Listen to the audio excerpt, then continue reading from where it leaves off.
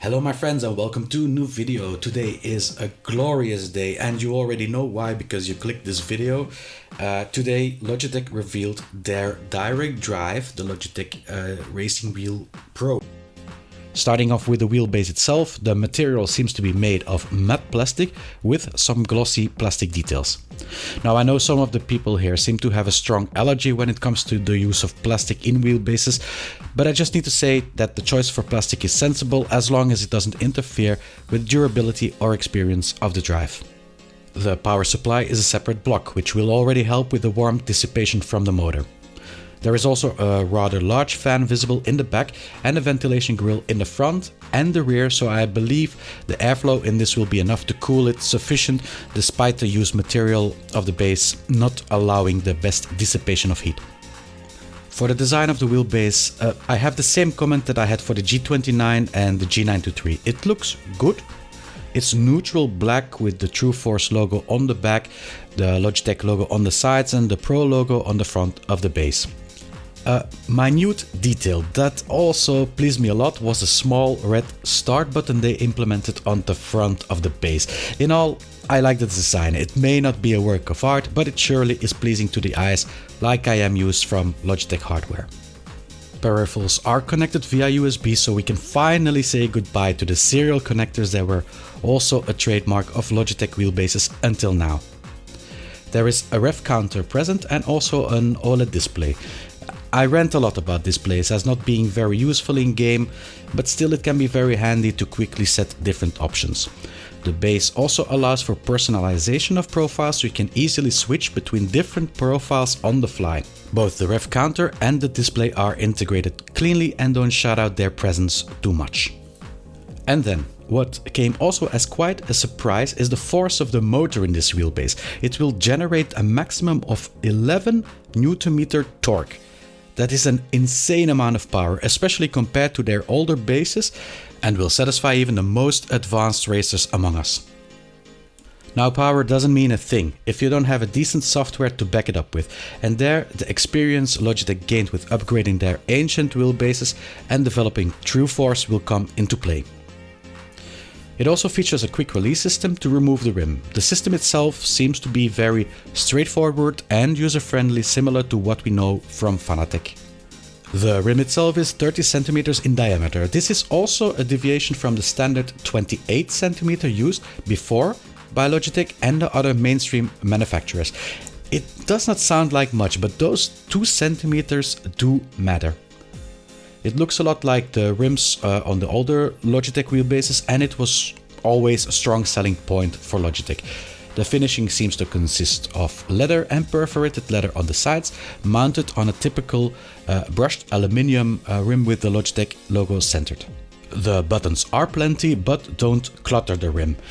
Logitech markets it as a thumb sweep button layout, and it looks sober and clean, the way I like it. It also features gear shift and dual clutch pedals made out of brushed aluminium. With all these positive points, the rim becomes a large selling point in this set, which could set it apart from the competition. I have only seen the pictures of the Xbox variant of the rim, but I assume the PlayStation 1 will be equally clean and premium. Something else that I was absolutely amazed to see are the pedals. When you thought of pedals of a G25 up to the G923, they always had the same layout and features apart from a progressive spring being added here and there, but now they really stepped up. The pedal base seems to be made out of a plastic holder and metal framework, pedal levers and faces. The design again shows the Logitech premium approach. It just looks great. And not only does it look great, it is standard packed with a bunch of features.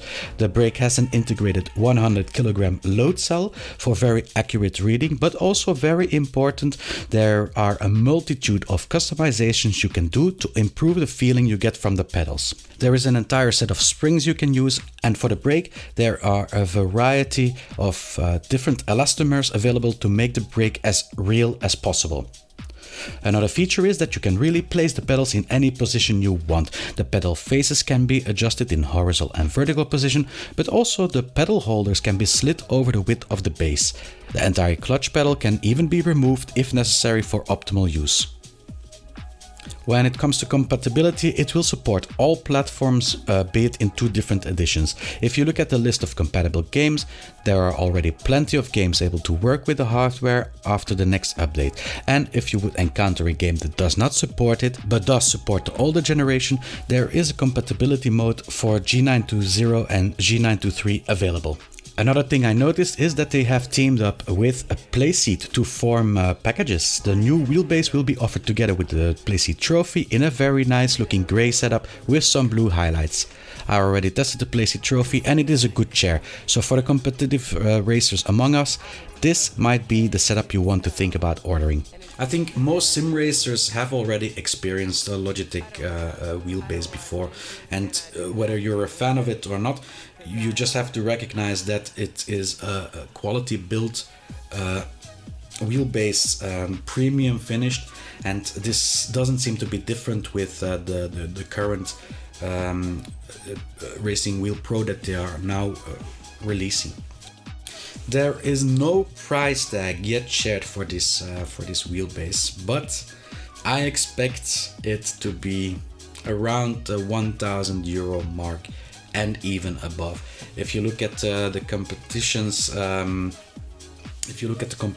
hardware, yeah, if the pricing is in that range, you can expect €1,000 or more, which is a shame because then it would put it just out of my my range for wheelbases to test. But to be honest, I'm very curious about it, and even though it may be over my budget, I will try to get hold of it anyways to test it. Logitech has by far the best logistics and reseller network, so areas where it was almost impossible to get a Fanatec direct drive will now be served by Logitech. We have had Fanatec, which has been dominating the market now for affordable direct drive for about a year.